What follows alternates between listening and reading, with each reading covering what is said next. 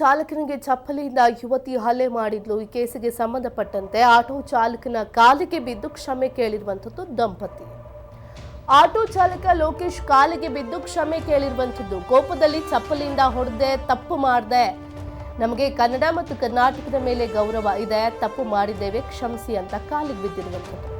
Bellandur police ಠಾಣೆಯಲ್ಲಿ ದಾಖಲಾಗಿದ್ದ ಪ್ರಕರಣ ದಾಖಲಿಸಿ ನಿನ್ನೆ ವಿಚಾರಣೆಗೆ ಕರೆಸಿದ್ರು ಪೊಲೀಸರು. ಕರೆಸಿದ್ದಂತಹ ಪೊಲೀಸರು ಕ್ಷಮೆ ಕೇಳಿಸಿರುವಂಥದ್ದು. ಆಟೋ ಚಾಲಕನಿಗೆ ಚಪ್ಪಲಿಯಿಂದ ಯುವತಿ ಏನು ಹಲ್ಲೆ ಮಾಡಿದ್ಲು. ಭಾಷೆ ಬರೋದಕ್ಕೂ ಮೊದಲು ಇಲ್ಲಿ ಮಾನವೀಯತೆ ಇರಬೇಕು. ಅದು ಕೂಡ ಗಾಡಿ ಟಚ್ ಆಗಿರ್ಲಿಲ್ಲ, ಟಚ್ ಆಗತ್ತೆ ಅಂತ ಆಕೆ ಜಗಳಕ್ಕಿಳಿದಿರ್ತಾಳೆ. ಆಟೋ ಚಾಲಕನ ಮಾತಿನ ವೈಖರಿಯನ್ನ ನಾವು ವಿಡಿಯೋದಲ್ಲಿ ಗಮನಿಸಿದೀವಿ.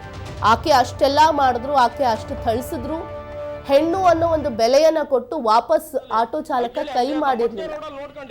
ವಿಡಿಯೋ ಮಾಡ್ತೀಯಾ ಮಾಡ್ಕೋ ಅಂತ ಚಪ್ಪಲಿಯಲ್ಲಿ ಹೊಡೆದಿದ್ಲು. ಈ ಕೊನೆಗೆ ಕಾಲಿಗೆ ಬಿದ್ದು ಕ್ಷಮೆ ಕೇಳಿದಾಳ ಆಕೆ. ಅಕ್ಕಪಕ್ಕ ಯಾವ್ದಾದ್ರು ಕ್ಯಾಮ್ರಾ ಅಕ್ಕಪಕ್ಕ ಯಾವ್ದಾದ್ರು ಕ್ಯಾಮ್ರಾ ಚೆಕ್ ಮಾಡೋಣ.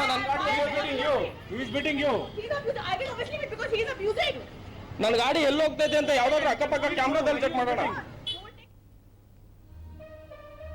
ಈಕೆ ಮೊನ್ನೆ ಇದ್ರಲ್ಲೇ ಗೊತ್ತಾಗತ್ತೆ ಕನ್ನಡಿಗರು ಹೆಣ್ಮಕ್ಳಿಗೆ ಎಷ್ಟು ಬೆಲೆ ಕೊಡ್ತಾರೆ.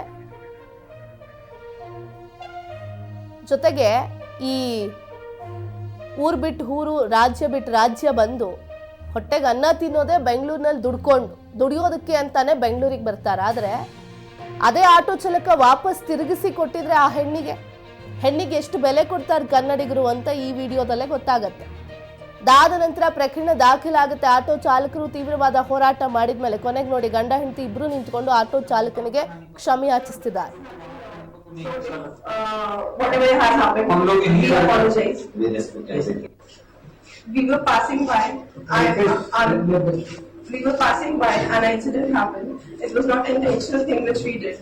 So I apologize, and I'm pregnant. I also got a job. So that is what I was thinking, that if I got a miscarriage, so what would happen? So there's no hatred for the Kannadigas people or the Kannada language or anything. We love Bangalore, we love the culture, we love the people. I apologize. Since 3 years. And we apologize. 3 साल से हम लोग को बहुत पसंद आता है. हम लोग अपने होम टाउन जाना नहीं पसंद करते. So there is nothing wrong. So whatever has happened, we apologize. We respect every drivers. Yeah. We respect every every auto driver, cab driver और BMTC driver. Don't feel like that. हमारे यहाँ पहले बीच में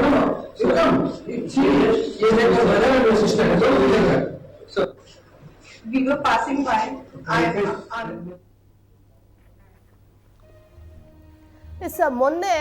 ಮೊನ್ನೆಯ ದೃಶ್ಯ ಒಂದ್ ಕಡೆ ನೋಡ್ತಾ ಇದ್ದೀವಿ.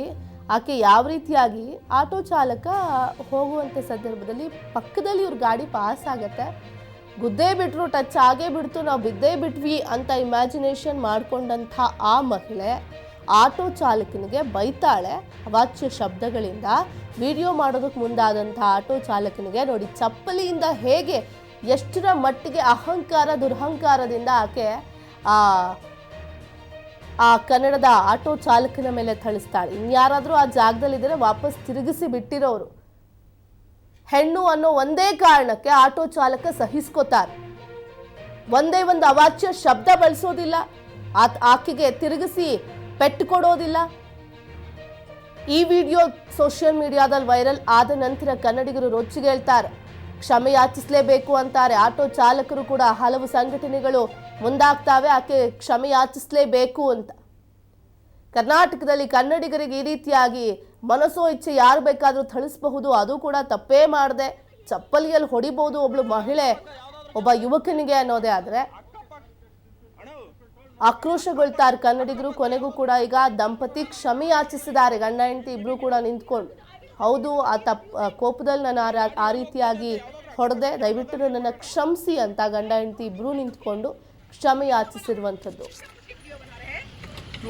किसको पूछने का बनाएगा वीडियो, बना वीडियो।